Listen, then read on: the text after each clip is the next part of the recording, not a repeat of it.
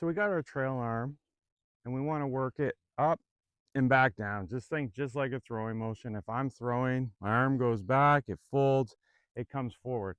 But in the golf swing, we have it here onto the side. So as I set up it to address, got it roughly on my side. It's pretty loose, it's not jammed in. So as I'm taking it away, I'm taking it up, it's going into flexion. It's making basically a half of a box right here. And then as I come back down, this part is coming into reverse, reattaches to the side, this extends, and hopefully we get everything going through the golf ball. But we're not trying to pull this thing into the side. We're not trying to take this arm and pull it out in front of our body. We're not trying to take the club head to the ball, the grip to the ball. If you just think much more, it comes up, it comes down, it comes up, it comes down. And then one I really like is the throwing motion. I come up, I throw down, and then as I throw it down, because I'm just kind of letting all the release come. But if you have that as you're moving to your front leg and the lower body starting to shift, as I throw down, see everything meets at the ball. So I want to feel as I'm throwing down, I'm making that motion. For me personally, I like to feel the tailbone is now working to the heels. I don't want to spin my hips. I just kind of move my tailbone to the heels. And I've also heard the other one as I want to feel much more like the belt buckle is moving, say, to the front foot or closer to the heel, something like that. But as I make that motion, if my arm works up and I move my tailbone to my heel as it comes back down in a throwing motion, everything meets at the golf ball. And if you keep it real simple, because that's what I want to try to do here with the trail arm, don't overthink it. Everything happens so fast. It's really, really hard to feel all that stuff. And I can't say it enough times. You want to kind of really get yourself feeling like you're throwing. The same thing, if I load up the throw and then I make a shift to the front foot and I throw back down, everything meets at the golf ball roughly at the same time, and we can get some really good contacts. Now, when that trail arm is coming down and it reattaches back to the side, remember, we're not pulling, it's just going to go there. We're not trying to pull it out in front. We're just basically just throwing back down to the ground.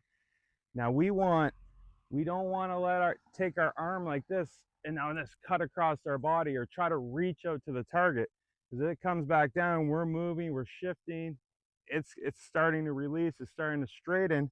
It's going to have, if you kind of just stopped everything slow motion, it's going to work out to the right. But the club, and remember, the club's also trying to pull you out to the right as well, but you want to kind of let the arm go that way. And then the body, as it's starting to pivot to the front, it's starting to rotate out. The chest is starting to kick in into its rotation. It's pulling the club around you, but you don't want to fight this. You don't want to try to take this club like this. You don't want to reach your arm out to the target. You definitely don't want to pull across. We're going to get this chicken wing. So remember, as we're making, just like I'm throwing this club right at this camera, as I load up and I feel like I'm throwing it basically down this way and let it release towards the camera, I'm just letting it go. And if I did it slow-mo, so you get there and see how the arm starts to work out to the right, but if I start to turn with it, see how it starts to bring it over here, gives it that look over here, because the body's more pulling. I'm not taking my arm and pulling it across my chest. So if you, again, real simple, it's just getting this motion and throwing. Don't think throwing out here. Like, you could, but the one thing I find is the arm goes up and then people pull it across their chest. That's why I really like to feel the down. I take it up.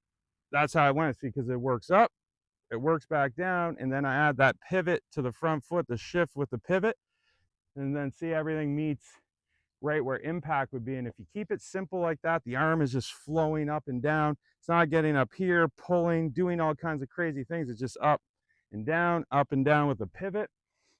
And then just let the arm, when it releases, just let it go where it wants to go, which will probably be a little bit more to the right for righties, but just let it go. But when your body's turning, you might feel it's coming left, but just let it go where it wants to go, but just up, down, release, and you'll have much better time. The other thing you're going to start to get is if you get it up and back down, you'll have that shallowing look, or more of a shallowing look if you're someone who gets it steeper over the top.